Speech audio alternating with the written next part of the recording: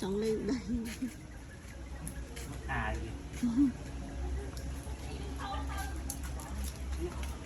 Nó bị chi khỏi chứ nó.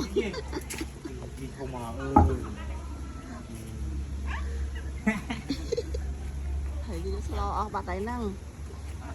Chị đua lo bà tay thầy. Tao mòn con ta.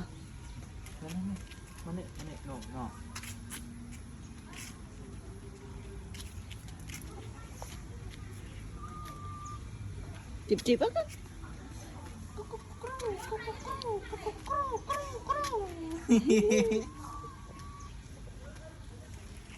Lại mòn. Nó chân cồn.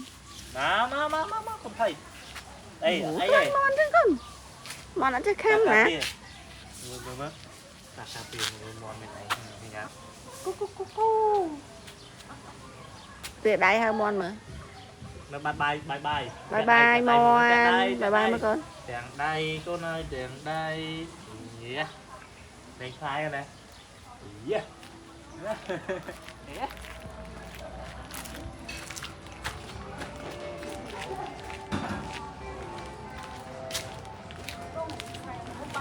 Cha.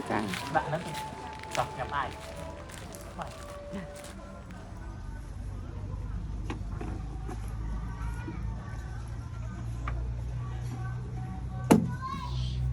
Một chip mà mạ đã khai ấy khai chip chân rồi.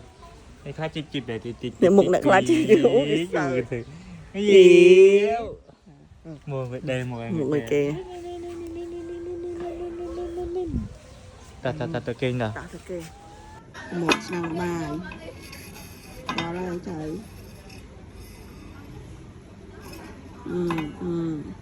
Sẽ cái lấy bàn lại còn phải là sơ bàn. Cái một sang bài.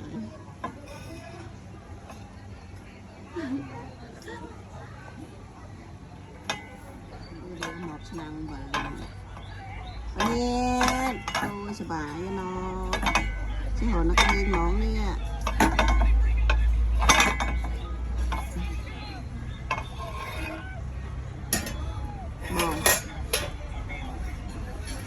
Chụp lên nha, hiện tại châu với nhỉ? Châu với nhỉ? Chụp lên nhỉ? Chụp lên nhỉ con? Cùng vợ lên nữa á. Tuyệt bắt cho bài mà có nhầm bài mà. Bài này bài với con. Ôi của bọt về chào thiệt. Tuyệt ho là có bao mà pa lỡ về nè. Làm đi làm bài rồi mà không. Tôi không phải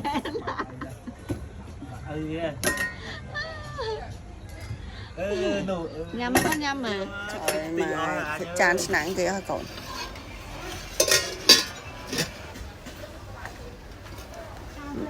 Mà nhâm bài hết trong cái bọt nặng cái trao men cậu mất. Mất. Lại con.